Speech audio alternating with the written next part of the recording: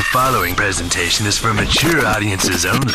Who are you? He's a fine man. All hell is broken loose. He's a great broadcaster. He's a very powerful guy. Absolutely brilliant. Feared by men, adored by women. He's a smart boy. It's patriotic. It's no big deal. It's the end of the world. I might as well tell you now. He's a monkey.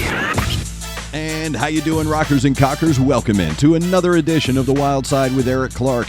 I am your host, Eric Clark, saying thank you for taking time out of your busy day being awesome to hang out with us on the east side of Music City. Make sure you are subscribed to the YouTube channel. Hit that notification button. Smash the like button. I'm sorry, I just did that. And of course, before you dip out of here today, I'm just saying all the stupid stuff. Before you drop out of here today, make sure you get down in that comment section. Let me know everything you know about the track, your thoughts. But if not anything, throw me some horns, help the algorithm for YouTube, help promote the channel. If you have a band, song, or a video that you'd like me to check out, get over to the Discord server. And of course, left-hand side, YouTube reaction requests. Drop a link, a brief description after you read the pinned message. Please, for crying out loud. Today's Discord suggestion, we are going back to a man I love. From the Jam to the Style Council, it is PaulWeller. In 1993, he released an album called Wild Wood, and this track dropped in July of 1993. I will never forget. I was so excited, and it did not disappoint. It is the hidden gem from 93, PaulWeller.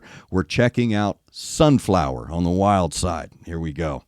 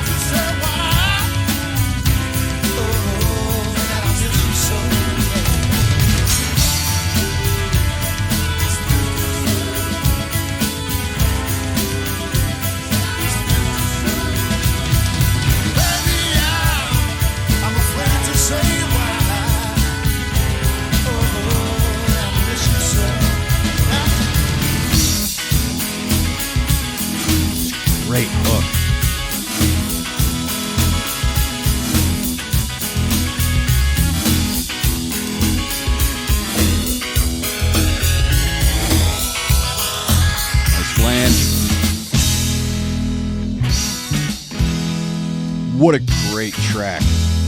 From 1993's Wildwood, that is Paul Weller of Style Council and the Jam doing Sunflower. That was actually July of 93. I remember because we got the album tune-up CD in.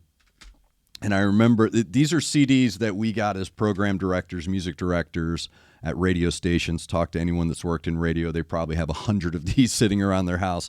I know I do. And they're just CDs that the labels will just compile a bunch of singles, new singles onto it, send them out once a week. And this was July of 93, and I was sitting in the office listening to this track because I was so excited to hear Paul Weller. And we had an urban station down the hall. And I remember one of the black DJs came down and was like, yo, man, this is a slamming track. And I showed him a picture of Paul Weller, and he was like, that dude's white? I'm like, yes. And it got into this great conversation about how, unlike in the United States, in the 80s and 90s, British pop bands did such a great job of showing their influence of American soul music. Because that's what this is. This is perfect British soul pop. It's Brit soul pop. Is what it is. And it encapsulates all of these sounds that you're familiar with already, yet Paul does such a great job of wrapping it up in this new sound, this new vibe. He's tapping into that Manchester sound with that guitar riff.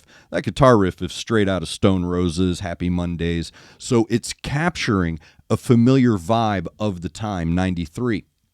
So he's already capturing that, but the song itself is this wall of sound. It is incredible how three guys got this wall of sound. This is a thick, vulgarly textured track, dude.